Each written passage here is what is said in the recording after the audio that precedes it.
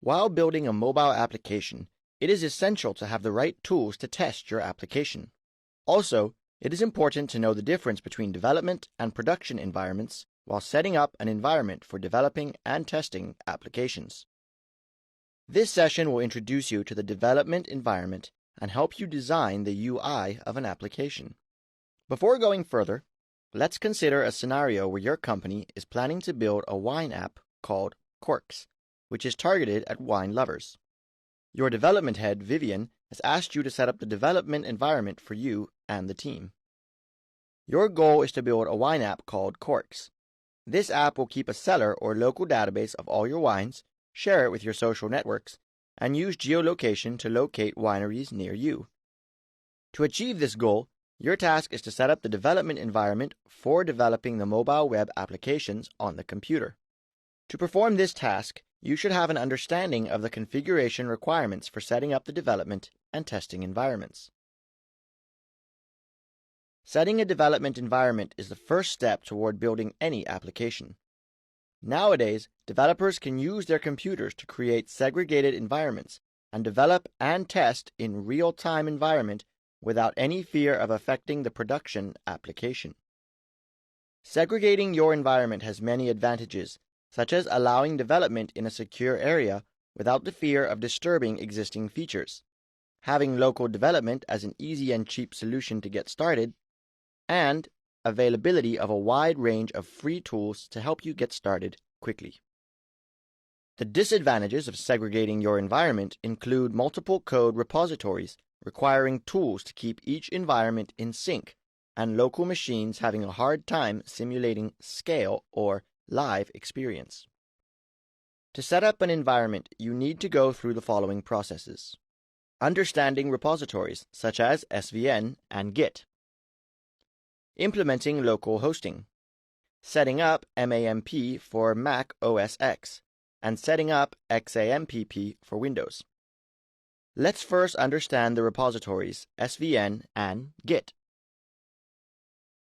When you have both the development and testing environments, it is essential to ensure the code is up to date on both the environments, else the output may differ. You can use the tools known as repositories to help manage iterations of code. The most popular repositories are SVN or Subversion and Git.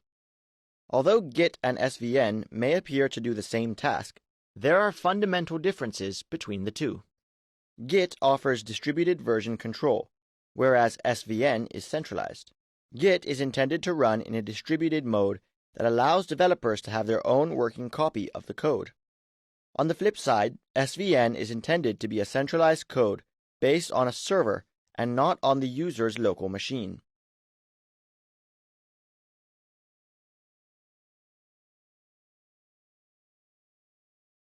Now let's discuss how to implement local host for testing. Having implemented the local host, let's now understand how to set up MAMP for Mac OS X. Now that you have downloaded the MAMP, which incidentally stands for Mac, Apache, MySQL, and PHP, navigate to the Applications folder and you will find a folder on it which tells you MAMP. Click on MAMP. Once you have clicked on MAMP, you will find the MAMP application. Click on it. Apache server should be clicked because that's what we want to test now.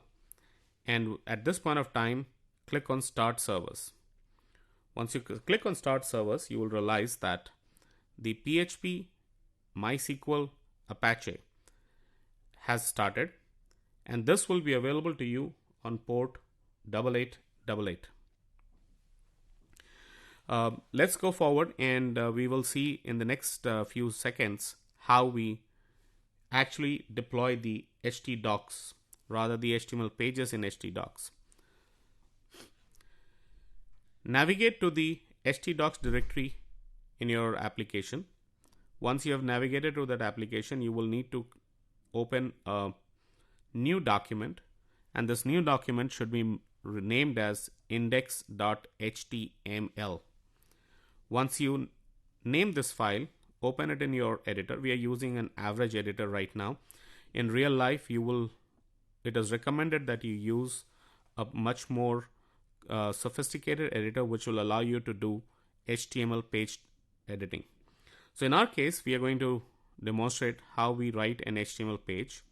So you open the body by an HTML tag, follow it with an h2, which is the headline 2 tag, and as usual we will save it as index.html in the applications/html directory.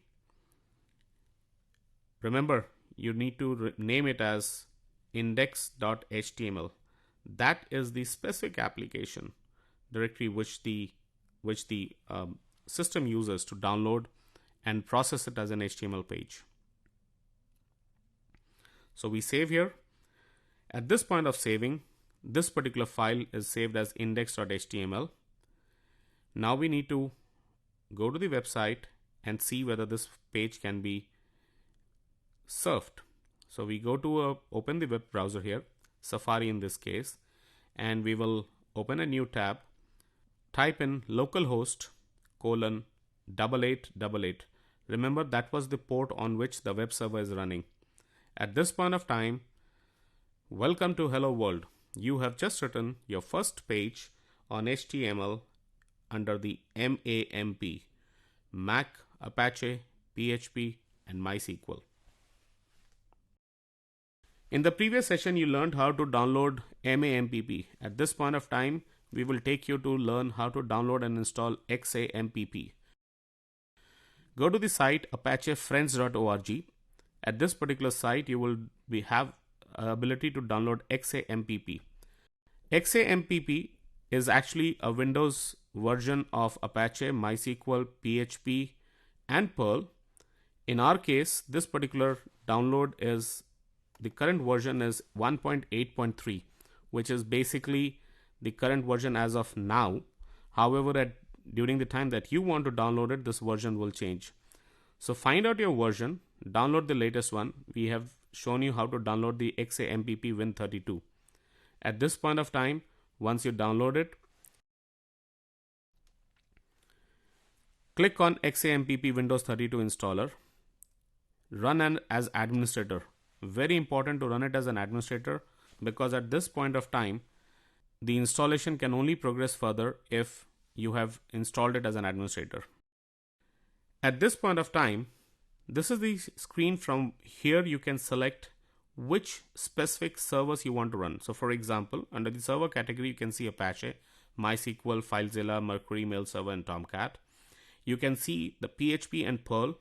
Oh, and by the way, it can also give you a very nice administrator on PHP, MyAdmin, and WebAlyzer. We will talk about all of this in the coming sessions.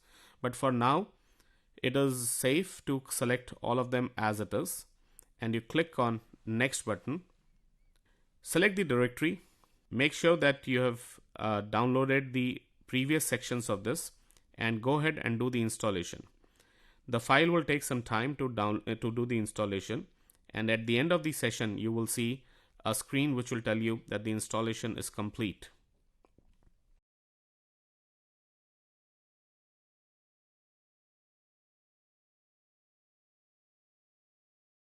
Now that you have installed the server, it's time to go and set up our first web page. So we find the directory Windows. Under Windows, look for a directory XAMPP. Within the directory, it's important to go for a directory called htdocs. And in this case, we will set up a site called My Site. Within My Site, the file that you need to configure is index.html. And as earlier, all you have to do is to take HTML tag to open the web page. You need to put hello world within h2 or h1. In our case, we have demonstrated it using an h2 tag, and simply save the same. Once you've saved this file as index.html, it is time to go to a web browser, as you're seeing here, and simply type localhost. Localhost followed by XAMPP. You will be able to see the website, or rather the web page that you have just created.